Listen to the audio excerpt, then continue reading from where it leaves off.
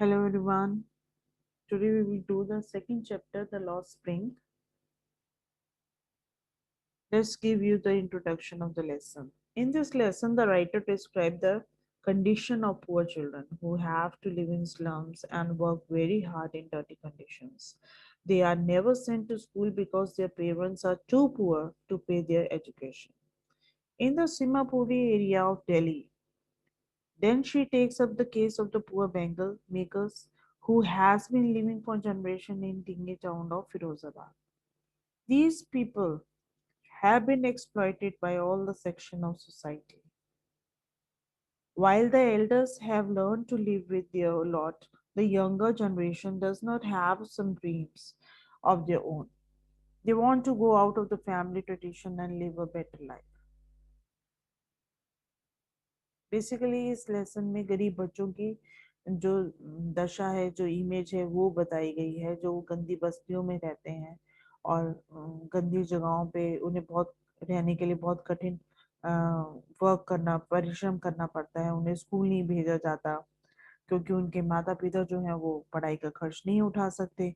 और इसी स्थिति का वर्णन इस लेसन में किया गया है, बताया गया है कि कैसे गरीब कूड़ा बीनने वाले का उदाहरण दिया है जो कि सीमापुरी इलाके में बसे हुए थे।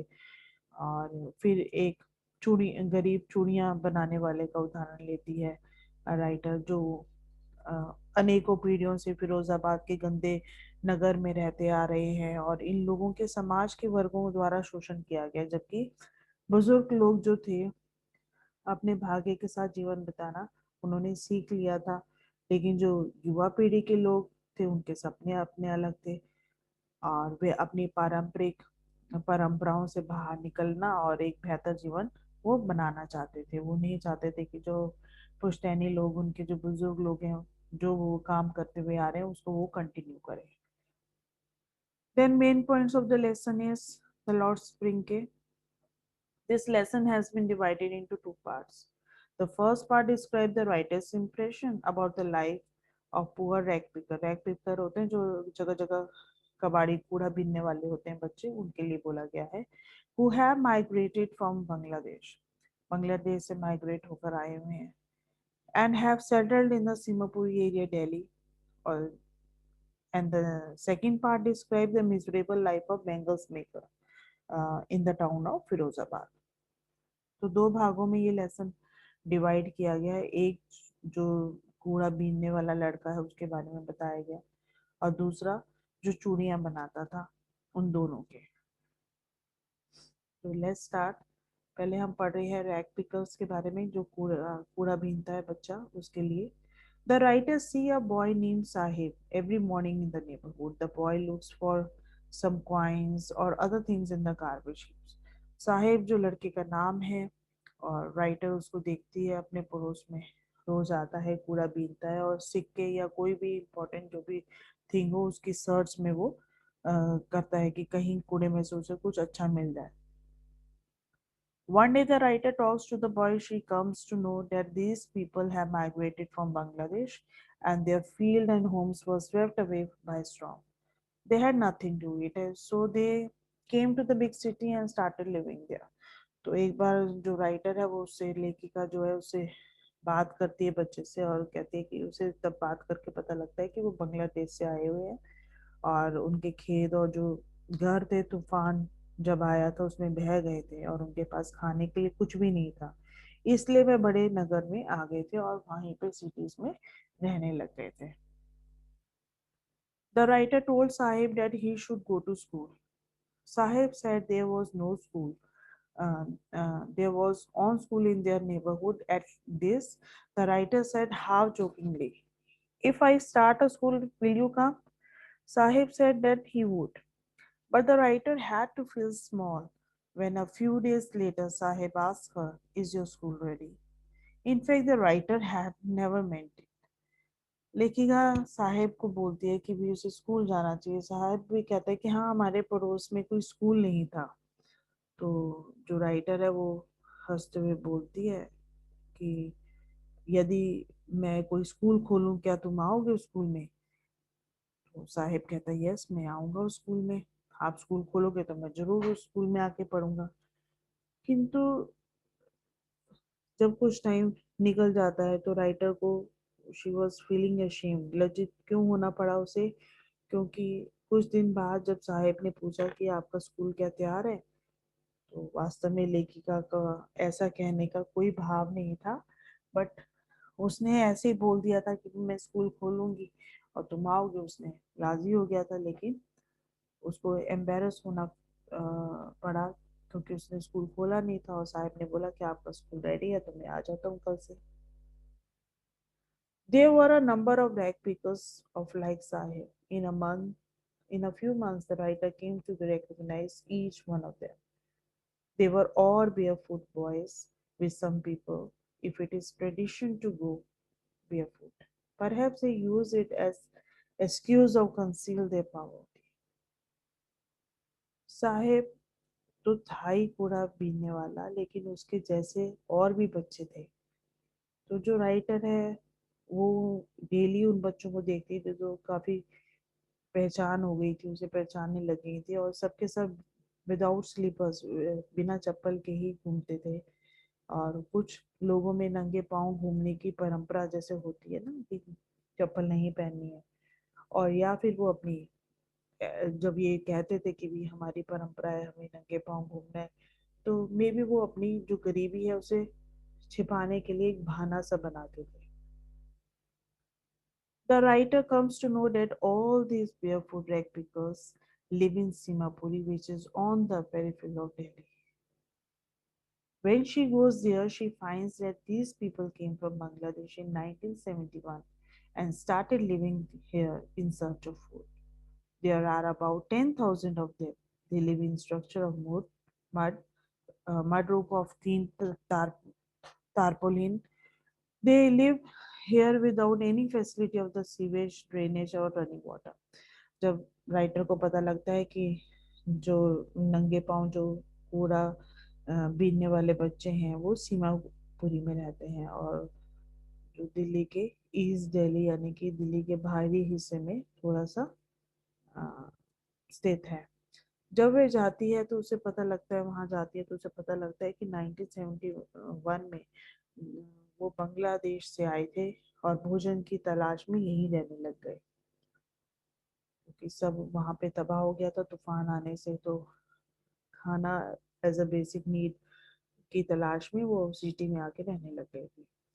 वह उनसे उनमें 10,000 लोग थे जो मिट्टी के बने ढांचे में रहते थे, और उनके ऊपर टीन की और तिपाल की छतें थी, और वहां पे जो ड्रेनेज था, सीवेज था, नाली के पानी, वैसी सुविधाएं नहीं थी आसपास। Sahib tells the writer that sometimes he finds a rupee or even a 10 rupee note in the garbage. Thus, for children, garbage becomes something wrapped in the wonder. For the elders, it is means of survival. Writer को जब साहेब बताता है कि उसे कई बार कूड़े के ढेर में से 1 रुपया भी मिल जाता है, 10 रुपए का भी मिला हुआ है नोट, तो कूड़ा जो बीनते थे बच्चे उनके लिए बहुत एक एक्साइटमेंट रहती थी कि आज उन्हें कूड़े में से कुछ नया मिलने वाला है, और क्या मिलेगा उन्हें पता नहीं होता था। तो उनसे बड़े लोग थे, वो उनका जो अर्थ था जीवित रहने का, कूड़ा बीनना जो था वो एक साधन था कि हमें जिंदा रखें और हमें पैसे मिले, हम इसे बेचे कूड़े को और पैसे मिले, तो वो खाने के लिए के माध्यम को ही, सर्वाइवल के माध्यम को ही वो मानते थे। तो सर्दी की एक रात ही लेखिका साहब को टेनिस का खेल देखते पाती है, कि वो टेनिस का खेल देख रहा है और दो जने खेल रहे हैं आपस में। साहब कहता है कि उसे ये खेल बहुत अच्छा लगता है, और उसने टेनिस के जूते भी पहने हुए हैं जो किसी अमीर लड़के ने उतार कर फेंक दिए थे और उसे दे दिए थे। किंतु वह खेल जो देख रहा था वो उसकी पहुंच से बाहर है। साहेब अब चाय की दुकान पर काम करने लगता है और उसे 800 रुपये मिलते थे, और हर बार का भोजन दिया जाता था, 3 मील्स मिलते थे उसे। लेकिन अब वो इंडिपेंडेंट नहीं है, क्योंकि वो अपना मालिक नहीं रहा, उसको दूसरे के अकॉर्डिंगली ही काम करना था, क्योंकि वो चाय की दुकान पे काम करने लग गया था। Now the second part, the bangle maker की story. Let's see. The writer once meet a boy named Mukesh. The boy lives in Firozabad and belongs to a family of Bengal makers. Mukesh says that he does not want to go in the family profession. He has decided to become a motor mechanic.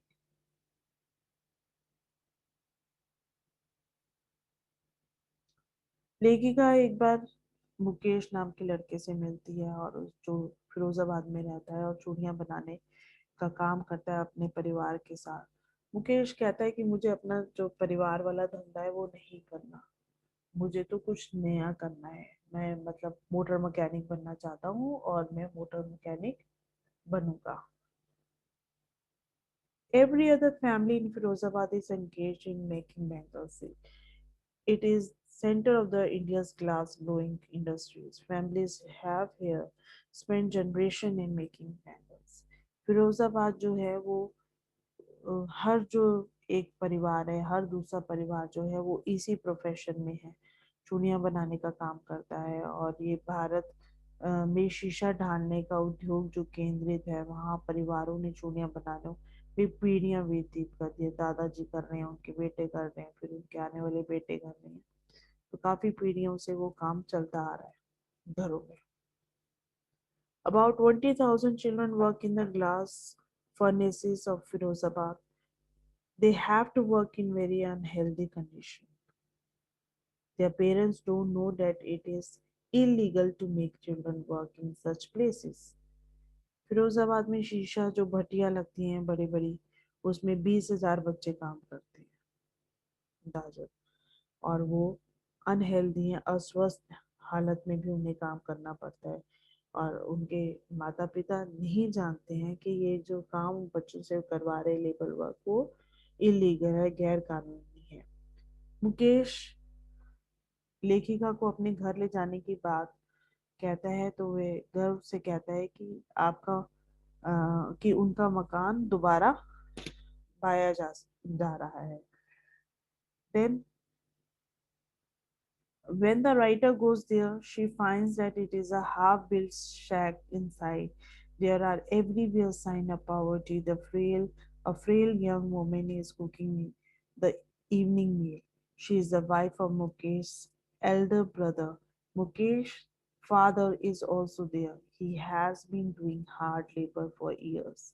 First, he was a tailor, then a bangle maker. Yet he has failed to renovate his house. He could not send his sons to school. He could only teach them the art of making bangles. तो लेखिका जब वहां जाती है तो उसकी देखती है कि यहाँ आधी एक झोपड़ी है और अंदर से हर जगह उसे ऐसा लगता था जैसे गरीबी झांक रही है। और एक पतली सी जो औरत है वो खाना पका रही थी और वो मुकेश की बड़े भाई की पत्नी थी। और मुकेश का जो पिता था वह काफी वर्षों से बहुत ही ज्यादा हार्ड वर्क, कठिन परिश्रम करता हुआ आ रहा था। और पहले वो दर्जी का काम किया करता था और फिर उसने चूड़ियां बनाने का काम करना शुरू कर दिया था। तो वह अपने घर को ठीक ठाक करवाने में असमर्थ था क्योंकि उसकी आमदनी कम थी और वो अपने दोनों बच्चों को स्कूल भी नहीं भेज पाया था। सिर्फ वो क्या कर पाया था, वो सिर्फ अपने बच्चों को चूड़ियां बनाने का हुनर ही दे पाया था, उन्हें सिखा पाया था कि कैसे चूड़ियां बनाई जाती है। Mukesh's grandmother says that it was all in their destiny. Her husband has gone blind with the dust from polishing the glass bangles. She says that they were born in the caste of bangle maker and have seen nothing but bangles in their life. Boys and girls in all such families have to work with their father and mothers. They have to work in dark hutments. Their eyes are more adjusted to dark than to the light outside. Thus, they lose their eyesight even more they become adult. तो मुकेश की दीदी कहती है कि ये सब भाग्य का खेल है। उसकी दादी कहती है कि ये भाग्य का खेल है। और जो उसका पति था वो चूड़ियों की पॉलिश जब करते थे तो उसमें से धूल निकलती थी, डस्ट निकलती थी, जिसकी वजह से वो अंधा हो गया था, उसका हस्बैंड, दादाजी उसके। वह कहती है कि उसका जो जन्म है वो चूड़ियां बनाने के लिए ही हुआ है। वो ऐसी जात में आई है कि बस उसने इस आजीवन जो है उसकी पीढ़ियां जो है वो चूड़ियां ही बनाएंगी। और अपना उसने कुछ भी अपने जीवन में नहीं देखा, सिर्फ चूड़ियों के अलावा। तो इस तरह जो सभी परिवार के जो लड़के थे, लड़कियां थी, वो अपने माता पिताओं के साथ मिलकर ही काम कराती थी। उन्हें अंधेरी झोपड़ियों में काम करना पड़ता था, और उनकी जो बाहर की रोशनी की अपेक्षा अंधेरे को ही वो ज्यादा आदी हो गई थी कि भी रोशनी में क्या है, अंधेरे को ही ज्यादा बैठ के उसमें काम किया करती थी। और उनकी जो आंखों की रोशनी, ऐसे में क्या होता था, आंखों की रोशनी चली जाती थी। आप 24 घंटे अंधेरे में बिल्कुल बारीक काम करोगे तो रोशनी नहीं मिलेगी आंखों को, तो उससे आंखें खराब हो गई थी उनकी। The writer sees a girl named Savita in another hutman. She is sitting with an elderly woman and soldering pieces of glass. She doesn't know the bangles she is making are symbols of an Indian woman, Suhas.